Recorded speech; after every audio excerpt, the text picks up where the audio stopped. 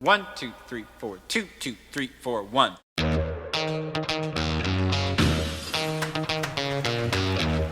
Hi, I'm Dave Lay, filling in for Mike and Darin. We hope you had a wonderful holiday. This is the last episode of 2025. Usually, the guys run a repeat, but this year they've put together a brand new episode filled with conversations they've recorded over the past couple of months. It's gonna be a real banger. So sit back and enjoy the fun with Mike and Darin. I have a Call of Duty story that no one's going to care about, including you. Okay. So it shouldn't be on the podcast, but I'm going to talk about it. Call I've been of doing Duty. rank. I'm platinum rank now. Platinum. You the man. Platinum. Now, once you're platinum, Excuse me. this is for the non-COD people. You don't go back. Gold. So gold is you know how to do your stuff. Platinum, you got to start working as a team. Okay. So when you queue up, it's teams of 4. It puts you with randos, what the kids call randoms. Randos. Those are people you don't So know. you need to communicate with people. Like there's a dude up in the window, there's a dude in the basement, there's a guy over there, there's a dude over here, all that kind of stuff. If nobody's using their mics, you don't know what you're walking into each time you respawn. It's okay? So typically, whenever the match is loading, everybody's in the map, it's counting down 30 seconds until it starts. That's usually when somebody says, y'all got mics? Yeah, and everybody talks. You know your likelihood to win that match has like tripled at that point. Okay. If you hear crickets, you might as well just leave. You're going to lose, right? Right. Especially if the other team is talking. So I don't know what it is. I don't know what it was. Was it yesterday? I think it was No, not yesterday. Sunday. During the day, nobody was talking. Nobody's on their mics. Mm-hmm. Nobody's doing anything. Right. And another problem is people will leave the game. They won't play it, right? This is ranked. These matter. If you lose, you go down in rank. Right. You could lose your rank. It's like you don't even care. It's like you don't even care about your COD game. What the hell? And how dare you? And you can't leave. You if you leave, son of a bitch. If you find out you have a douchebag on your team and then you leave, worthless. Then you get banned for a period of time. It's a pain. Right. So I went through I don't want to go. I went through like 6 or 7 of these in a row with nobody saying anything. Mm-hmm. And I don't know what it was about this one guy. He just ticked me off because we were doing okay, and then he just quit playing. So his dude is just standing there. And we get to the end. Now, when you're at the end, when you're in the game, only your teammates can hear you. When you're at the end, everyone can hear everyone. That's when you talk your smack. All that kind of stuff goes down. Yeah, your mother wears army boots. Typically I hold my tongue. Right? Okay. I keep my You keep your tongue held. I'm nicer to strangers than I am to you. That's But you're nicer to everyone. as soon as the entire chat you are to clicked me. on, You am to I me. forgot what the guy's name. I think it was Mambo. I said, Mambo, if you're not even going to play the game, you're not even going to talk on the mic. What are you even doing here? Yeah. And then I heard somebody on the other team with a lisp and like a weird thing go, "That's it. You're on our team." And then invite over to me, like boom, and I was on his team. The next one, the dude was cracking me up left and right because he was like, "You're good. The rest of them sucked, but you're doing pretty good." He was like, I was on. Sylvester It was the like Cat. I was on there with Sylvester the Cat. But my Suffering favorite thing about this succotash. dude was he was calling out the other team constantly, and he referred to them all as a little bitch. So he's like, "There's a little bitch on the floor in the third room. There's a little bitch in the doorway. There's a little bitch on the roof. Little bitch right there on the roof." And I was like, this guy is worth his weight in gold. We destroyed the other team. Now, there are little pockets of play when the other team can hear you. Like right when you kill somebody or get killed, the communication between those two players is open. So you get to hear them say, and they get to hear you say, "Yeah, baby, that's how you like it." Yeah. Or whatever you want to say. Yeah. At the end of that match, when it all came together, it's like, "Dude, what's up with you calling everyone a little bitch?" "Well, that's what you are. We beat you like a bunch of little bitches." And he's like, "All right, let's queue up for the next one." I was going to quit that game 1 hour before I actually did. I stayed on another hour just to listen to this dude call out the little bitches. Little bitches. It was so fun. I'm guessing he was about 60. And it was like a cross between Sylvester the Cat and Harry Carey. That's It was hilarious. amazing. My niece is a stunt person in a pirate show in Pigeon Forge, which is different. Oh, I did know that. Yeah. I was like, wait a minute. Because I remember I saw her as a baby. Mm-hmm. Like I've held her as a baby in my arms, did and she now do she's like stunts as she a baby? No, not as a baby. Oh, okay. No. Yeah. Well, not major ones. I mean, she fell flat on her face, but I don't think she did that on And purpose. she got right up. She immediately got back up. Didn't scream or nothing. Nothing. Anyway, but she's like doing dives, like jumping off of stuff, acrobatic stuff, sword fight, stabbed a dude, pushed him off into the water. She karate chopped a kid. Karate chopped Awesome. a kid who was trying to get up in put her- line.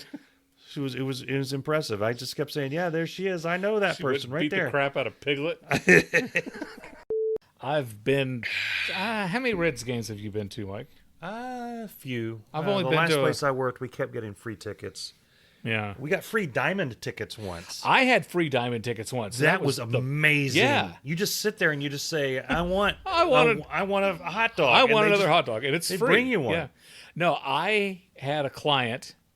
Can't remember the name of the client, but they Johnson had, and Johnson. It was Johnson and Johnson, and they had a commercial that needed to run on the jumbotron there at, of all places, the Cincinnati Reds Stadium, and you couldn't just send it the way I send it, because I would always take my commercials, I would load it onto the FTP site, and then give the client the password and username to get it where they could access the commercial. File transfer protocol. Exactly. But that's how we did Yes. it, right? Well, they couldn't do it that way. It had to be sent a special way. You had to log on to their go to jumbotron.com. Exactly. It's like Sorry, kids. Yeah. So it took maybe 5 more minutes than it normally does to send the commercial. But I did it, and I reached out to the guy, and I said, "Hey, your commercial has been uploaded. Let me know that you got it, and if there's any problems, I can always resend it or whatever." And he sends me this long email, says, "Oh, man, thank you so much for going out of your way and above and beyond, and we really appreciate you doing this. And if you ever want tickets to a Reds game, let me know."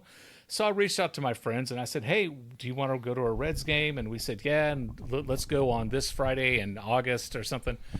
And I told him, I said, "Hey, can you get us some tickets for this date?" Sure. He gives us 4 diamond seats. Yeah. Yeah. Yeah.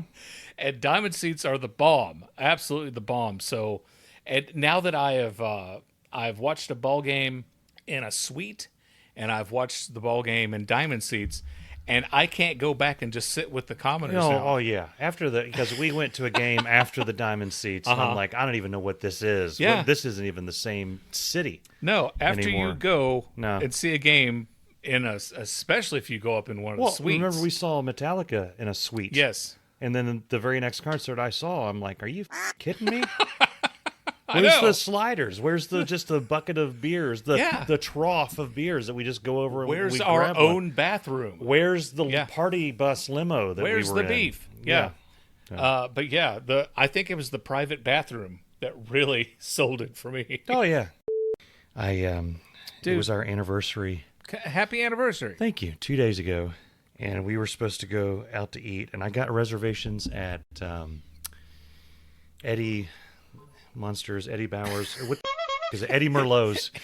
Eddie Munsters. Eddie Merlot's is a pretty pricey, fancy Okay. joint. And I told Bess, I was like, well, we may have to dress up a bit. I'll just put on like something other than jeans. And it got closer, got within 3 hours, and we're both like, she's like, well, we could go somewhere closer to here. Yeah. I was like, yeah, I really don't feel like dressing up. And then we just canceled that reservation. Yeah. We decided we're going to go to a brewery near here. And we were about to do that, and then I started watching videos of Norm Macdonald. And it took a while to get me off the couch. I somehow It's an keep easy finding, rabbit hole to get into with Norm Macdonald videos. I think I've seen everything he's done, and then I see a new clip. And Well, the best is when he was on Conan's show with what's her face from, was she in 90210? Lonnie Dodson. No, she's talking about her movie Chairman of the Board, and he says, Oh, yeah. "Oh, it's spelled B-O-R-E-D." Yeah. I'm like, okay. Have you seen those AI videos where they say he was once 104 years old and he's dead, but he was once 80 and he was once 70 and it morphs? Yes. So there's a Tom Cruise one that just hit a few days ago, and it's It's interesting. No, well, the recent one for the past 20 years, he looks pissed off. He looks mad. Yeah. Because he's been doing Mission Impossible and Maverick. Right. Like the whole, so he's like pissed. And then as it gets into the 80s and 90s, then he's all goofy and funny looking. At some point, he transitions into Matt Dillon. I don't think the quality control on these AI videos is where they need to be. I was like, they throw that on there so that people can chime in. Yeah. And it gets the comments. Yeah. And if you get more comments, that increases your algorithm. Yeah. That's not Tom. That's Matt Dillon. Yeah, there was one for Michael Madsen that I watched, and at one point he turned into Bruno Kirby, and yeah, all the comments were like, "Wow, he really." What is it? The other day I saw it was a picture. The comment, excuse me, the thing said, "What is your favorite Madonna song?" And you can't say, "We Got the Beat." And there's a picture of Joan Jett. I got it. I knew what they were doing. Yeah. I thought it was funny. You go to the comments, that's Joan Jett. Oh, I'm going to do one of those. I'm doing one of those this week. Yeah.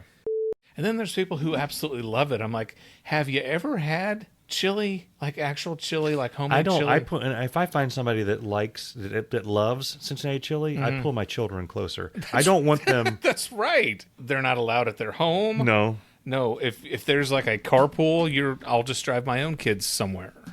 It's like, what else are you hiding? What other opinions do you have? I posted a review of the limited series that's known as Adolescence. Oh. Adolescence swept the Emmy Awards. It won for Best Limited Series, Best Direction, Best Cinematography, Best overall Best Show, and then it won 3 acting awards, and screenplay. It deserves everything that it won. Okay, it is absolutely incredible. It's phenomenal. Your jaw will drop watching this. And there's 4 one-hour episodes.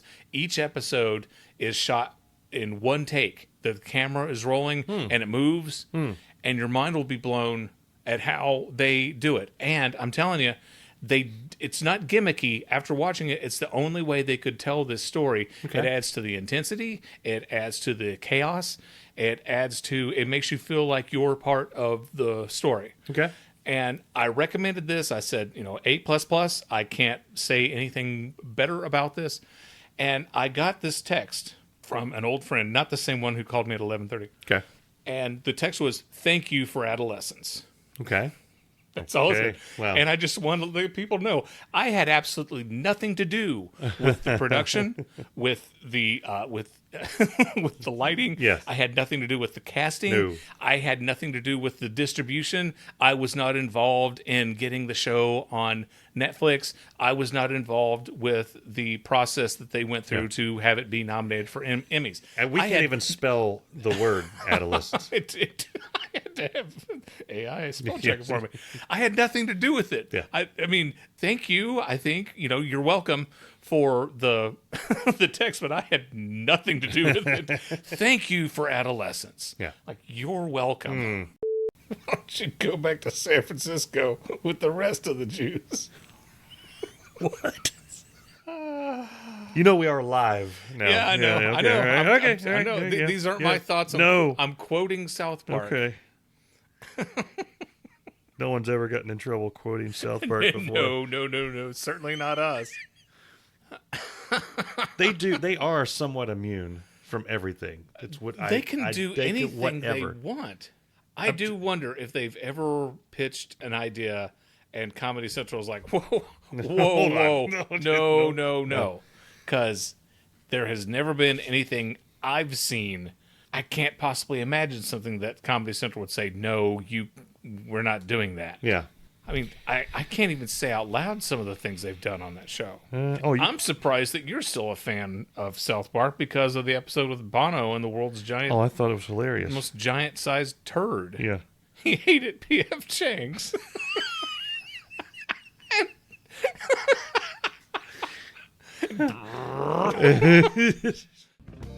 You're listening to Irritable Dad Syndrome. We set the standard in quality conveyor belts. Do your kids do the dishes? Andrew does. Uh-huh. Yes. We haven't unleashed Charlie. Charlie would like to do them. We just haven't unleashed him on them. Wait, he wants to, but you Yeah, won't yeah. let him? No. What the hell? There's training involved. We're very lazy parents. What kind of training is involved in doing the dishes? Don't break this dish or Dad's going to kick you out of the house. Oh, yeah, well, yeah. Yeah. When one of my kids does the dishes, it sounds like we're at a Greek wedding. Yep. Sounds like plates being thrown down the steps. Uh-huh. We're like, buddy, I've got one kid who bangs them all together and one kid who does them with one hand. And it takes twice the amount of time. Yeah. Like, if you use both hands and put them both in there, then you're done. But I like doing it with this hand. I know you like it, Yeah. but do you like doing chores? You want to be here all day. You and could doing be this. done in half the time. Gumby's dad made it up to the moon in Yes. half the time it's Yes, taken they you say to- you to do the damn dishes. So anyway, what we've noticed, and I don't know why, and I don't know what to do to fix this, but every time, I'm going to take that back. Almost every time the kids do the dishes, we'll come in and there will be somewhere between 8 and 9 washcloths, wet washcloths on the counter. What are they even using I washcloths for? don't know. I don't know. We don't have that many dishes that it takes 8 washcloths to dry them.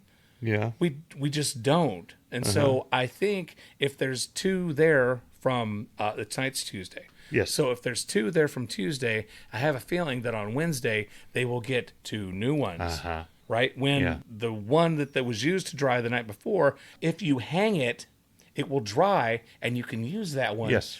again. But if you just leave it wadded up on the counter, then it smells yucky and then you have to wash it. Yes. So do they hang it and let it dry? No. No. Do they leave it wet and make it smell yucky? Yeah. Yes. Yeah. Right. So then they grab 2 new ones and push the other ones aside.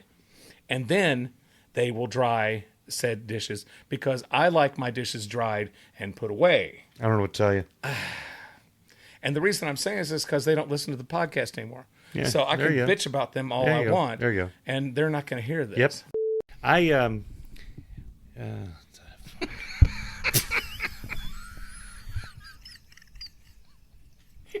You don't like it?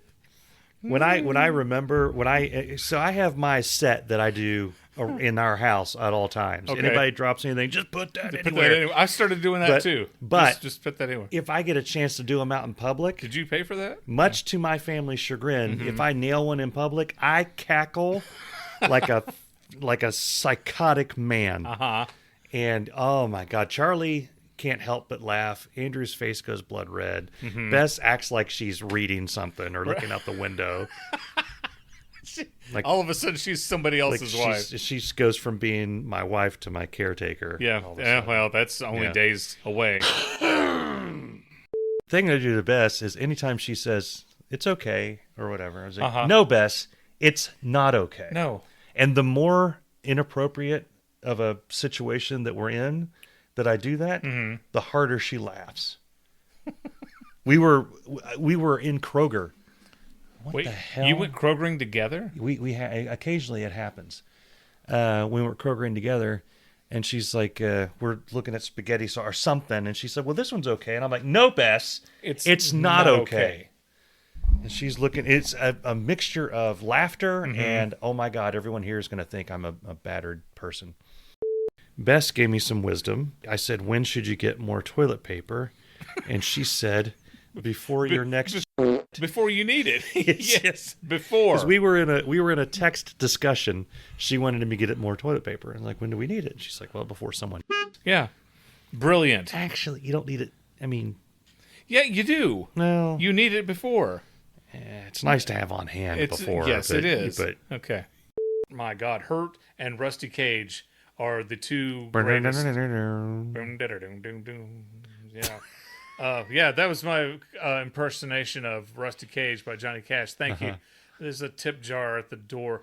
Yeah. there was a period in the 90s where if you went into a guitar center or a place that sold guitars and you played somewhere else far away here, and then you go, and you go faster and faster, and then somebody would go to the drum kit and go, and You you would get me kicked out. awake and hit me with a hand of broken nails. Yeah. Yeah. That would really happen? You No. go to a Sam Goody? Never happened, but it would be awesome if it did. I don't know that this is our best episode. This is awesome. You're going to have to cut so much of it out, So much. but it's going to be really good. You know what trope I am so happy? We don't give enough attention to Trope? trope. Is that a fish? Oh, I'm sorry. That's tripe. Trope. Oh, the comedy Sorry. keeps coming, Yeah. kids. It- And alliteration, the, too. The thing where like everybody has to have a romantic relationship in movies. And it seemed like in the 80s there was always somebody that some kind of relationship involved with whatever was happening. And then somewhere in the 90s they said, you know what? Maybe the hero doesn't have to bang somebody maybe in the movie. Maybe the good guy doesn't win. Yeah. Maybe yeah, that too. Exactly. Cut everything out that I just Well, it's like 16 Candles. And I talked about it with Larry and Dorothy. Curly. 16 Candles, Molly Ringwald, Ducky was in love, head over heels in love. That's Pretty in Pink. Yeah. That's not 16 Candles. What? No. Ducky was in 16 Candles of Pretty in Pink. It doesn't matter. It's like the John Ducky- Cusack movies. He did like 5 movies, but they're all the same movie. Ducky was head over heels in love with Molly Ringwald, and at the end, she got together with Kevin McCarthy, and then Ducky was there all by himself. Yeah. And then, like last minute, John Hughes is like, "Oh crap! Quick, throw in a girl who thinks Ducky's cute." Yeah. And she looks at him and goes, "Hi, I think you're cute." He's like, Yeah. yeah. And then he met Charlie Sheen and everything worked out. So he's good. Yeah. I started watching that Charlie Sheen documentary. Did you? Yeah, Ducky's in it. Yeah. Yeah, it starts off with him, and he doesn't really hold back. No.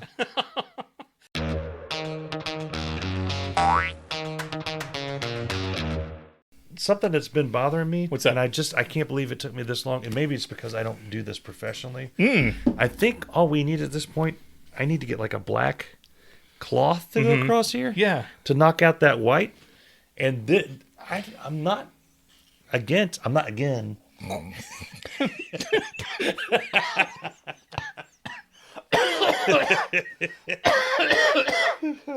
You know what? I'm not again having those on up there. They kind of. The other day, I'm in the kitchen, I'm drinking coffee, and Libby did something, and I had to spit my coffee onto the sink, and it would shot out my nose.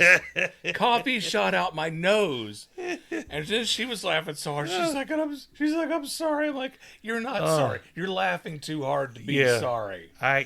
Oh My God! Have you ever had coffee shoot out your nose? No, but I've had Burns a little bit. when Bess surprises me with a funny, it takes me from 0 to heart attack. Like I'm the one that it literally almost killed me because we had done the your mom thing for a while. Oh yeah, And then it fell off by the wayside for years. Nobody said your mom okay. forever.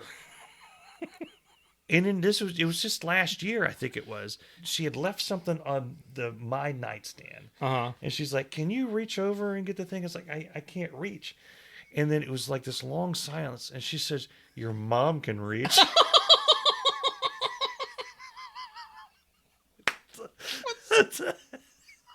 I almost myself. I know I kicked Booba out of the bed. It was just, oh my God. That's pretty good. Pretty good one. Can't believe you have the same thing with the hat because I know exactly where you're. She walked out, and I'm like, what do you? I mean, it's like I appreciate her helping in the yard. Yeah. But I'm like, what are you doing? There are No, times. please take off my hat. There are times when I feel like borderline abusive because Bess will walk out with like an Octung baby like hoodie, and she'll see me, and I'll see her, and she'll be like, "Is this okay?" And I'm like, "No. No. There's like 50 hoodies in there.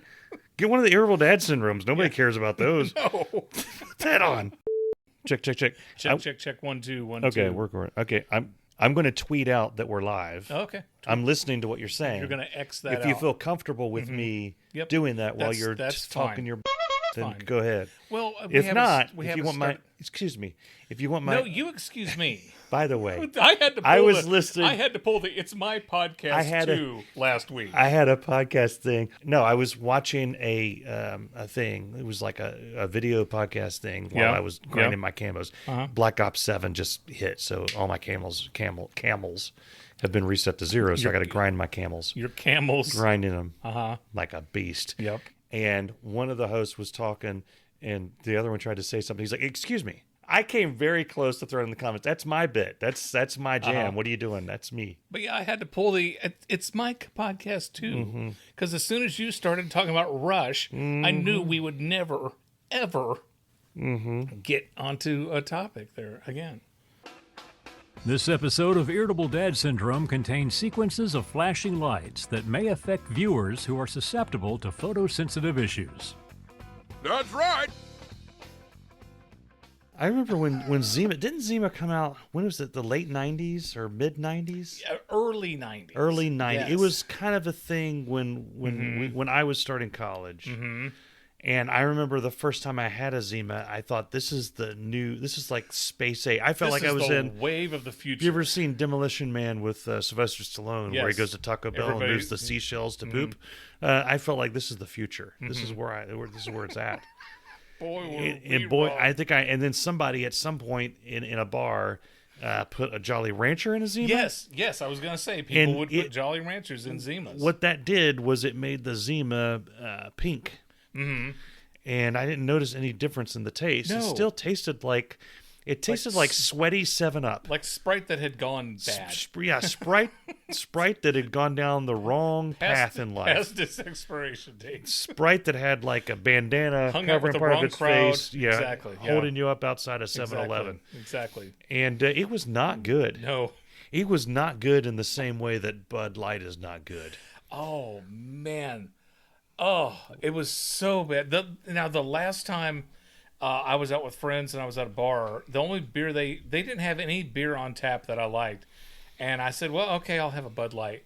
Oh, I mean, no. See, here's the thing: if you drink Bud Light now, or I'll say it, Budweiser, right, or Natural Light, or Busch Light, or the Beast, Milwaukee's Best. That's or quantity beer, Coors, not quality beer. So if you drink, Coors. if you drink those genre of beer, and you want to continue to enjoy them, don't ever drink any other beer. And I'm not trying to be a beer snob. I'm not a beer snob. Right. I don't care. No. But once you've had something else, Stop hitting the table. once you've had Thank you. something else, it Yeah. Like you can't go back. yeah, it's You really can't. It's like it's like this McDonald's, right? right. McDonald's is good, right? You have McDonald's, Yeah. But then when you have a really, really good burger somewhere, you're like, oh my, Lord, yeah. wow! And then you go have a McDonald's burger after that. It's still, it's there's something off about it. Yeah. Yeah. I like to drink Yingling. Okay. Yeah. I love to drink a good Yingling. Ewingling. Yingling. Wangling. Yingling on draft is really, really good. Yeah. Or if you drink it out of the glass bottle, beer tastes best on tap. Glass bottle. I do not drink beer out of a can. That's where I get snobby. Yeah, I get snobby there too. But now I've got a buddy Eric, and he is the beer snob of beer snobs. He only will drink beer at those places that brew their own. Every beer's got like a what's it name, called? A microbrew. like Sweaty Cricket. Give me a Sweaty Cricket. I'll take a Sweaty Cricket. Give me one of the peanut butter lemon beers. Yeah, Like, yeah. What? Yeah. What? Give me the grilled cheese tabs. What the are you talking about? I want a beer. I don't want beer that tastes like pumpkin. I don't want beer that tastes like strawberry cheesecake and lime. I just want a beer that tastes like beer. And I also can't drink dark beer. The what's it called? The stout. So we went you to can cut stout with a knife. Bess and I went to one of these hoity-toity joints, and I got a beer, and it was a dark beer. I couldn't help but get it because it said it was smoked. It was a smoky beer, and I'm like, how do you smoke a beer? And I'll tell you exactly what it tasted like. And I told Bessa that back in college, people used to put their cigarettes out in beers, and every once in a while, You drink one. you'd take a tug off of that. You'd be like, it has a distinct taste, Yes, right? it does. Oh, yeah. That's what this beer tasted like. And it was strange because you take a drink, you're like, oh, Jesus, that's like an ashtray. But then I kept drinking it. Yeah.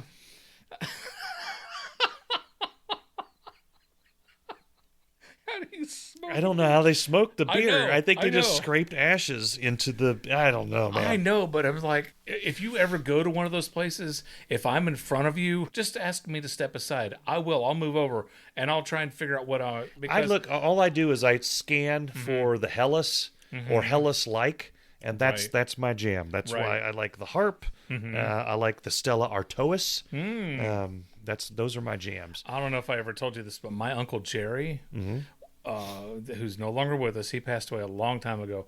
When I was young, I was probably 8 or 9. I went to my grandmother's house, and he was there. He was out in the front yard, and he was drinking a beer. And I said, "What are you drinking, Uncle Jerry?"